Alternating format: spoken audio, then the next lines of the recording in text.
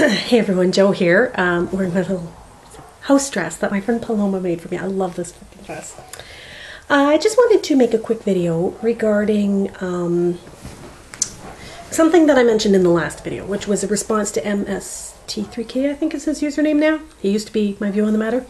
I had just mentioned something about pantheism versus atheism, and I think there was some confusion as to the definition. Something about God creating the universe versus God being the universe, or God-like entity. Anyway, I thought I would just clarify a little bit because my discovery of the word pantheism was a little bit of a process, a journey.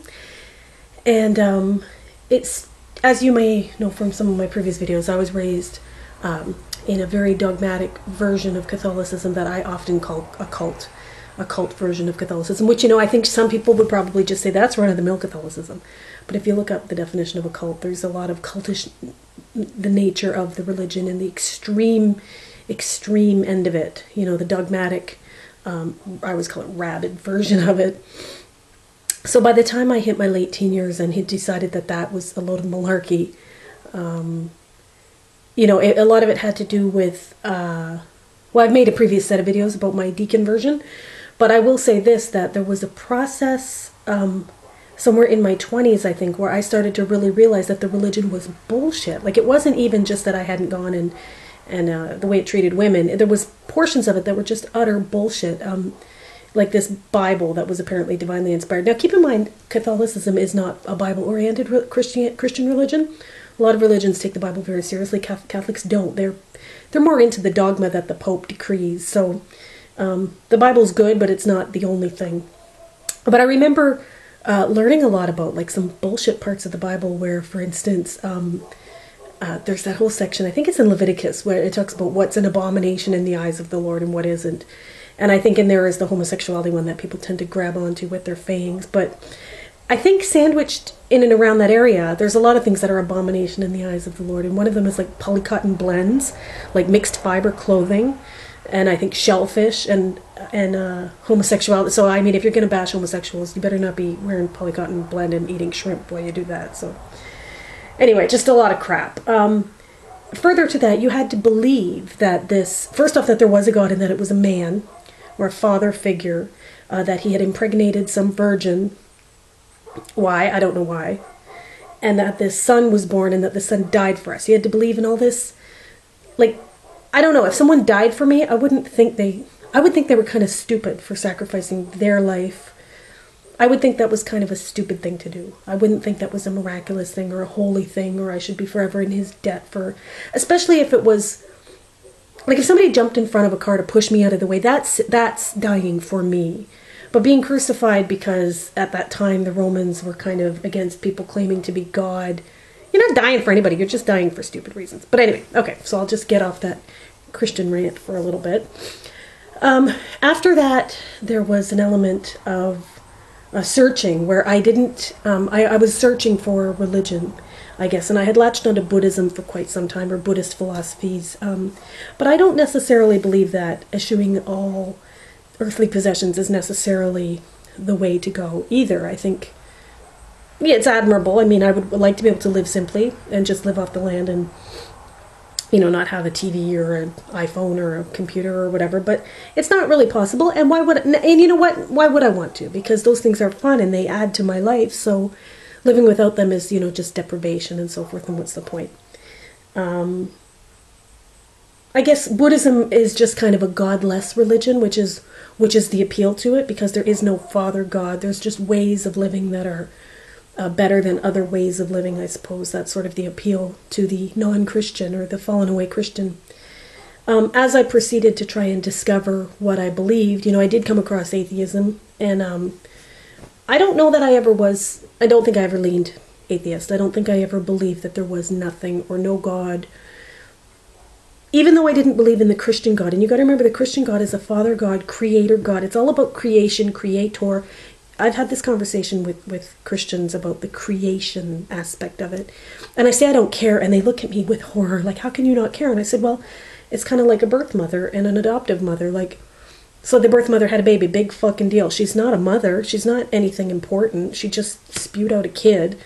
the parent who raised the child is probably the one that matters, the important parent, right? The one that, so God created me, big fucking deal. I mean, the earth nourishes me, and the earth, you know, my fellow human beings are the ones that give me spirit, and so I don't really have any, even if there was a God and it did create me, big deal. It doesn't impact my life any. I don't care about creation as being a reason for worship.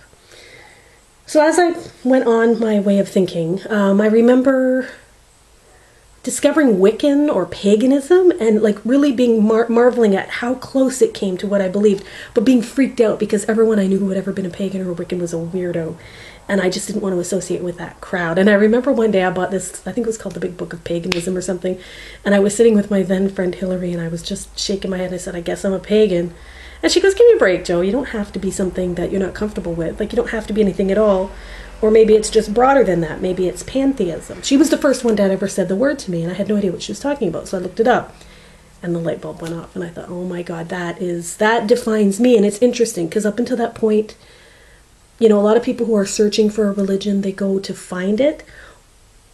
But usually in the process, they get converted along the way, where someone has to hop in, like a Scientologist, a Mormon, a Jehovah's Witness, an evangelical Christian, you know, where people will jump in and save you or give you, love bomb you as a cult term, where they love bomb you, they surround you with love and give you reason to believe that this religion is a good one for you. By the time they got their claws into you and you believe some of it, you're roped into believing all of it, and you don't want to believe in all of it because some of it goes against what you believe. I mean, liberal Christians will tell you they don't appreciate the portions of the Bible that are misogynist or homophobic or hateful or pro-slavery. What can you do? That's the big chunk of your religion. You can't just pick and choose. We were always taught as Catholics you can't pick and choose what parts of the religion you like. You have to accept it all. And I never went for that. I believe that my beliefs have to equal something in the end. I shouldn't have to alter my beliefs to fit in like a square peg in a round hole.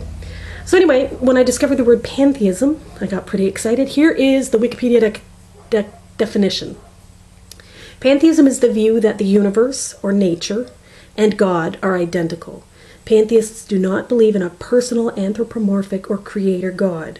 The word derives from the ancient Greek, meaning all, and theos, meaning God. As such, pantheism denotes that God is best seen as a way of relating to the universe. Although there are divergences within pantheism, the central ideas found in almost all versions are the cosmos as an all-encompassing unity and the sacredness of nature. And that really 100% sums up what I believe. And I think there were various times in my life where I felt like I was part of a bigger whole, but I was just part of it. I don't have dominion over it as the Christians would have you believe. Christians believe that humans have dominion over animals and plants and that it's your right to kill them and eat them. And I don't believe that. I believe that we are all equal, including a fly, a flea, a tiger, a plant, a spinach, a weed. We're all the same. I really believe that with all my heart, that I am the same as every other living being on this planet or in the universe. And that we all have to live our lives to the best of what we're born to do. So for instance, a weed was born to grow towards the sun. And if it grows in between a crack in the sidewalk, that's what it does. And similarly, I guess a comparison would be if a baby was born to a crack mother, that baby has to just grow to be the person it was going to be no matter what its origins were, just like a weed in the crack in the sidewalk. I believe that I have to be the best human being I can be. I guess morality comes into it, but it's a very personal morality. Like I choose not to eat meat. But if under other circumstances, I might eat meat because I think if I had to, I would, right? Like any other living being. I mean, if a cat eats a mouse, by nature, and then if you domesticate it and give it cat food, it doesn't necessarily want to eat the mouse anymore either. So, I don't pretend to be more omnipotent or all-knowing than the universe. I can be gone in the blink of an eye. Katrina taught me that. I went to New Orleans several times after Katrina, and I believe that you can just blink and it can all be gone. A wind can carry you and everything you own and your soul away, basically, and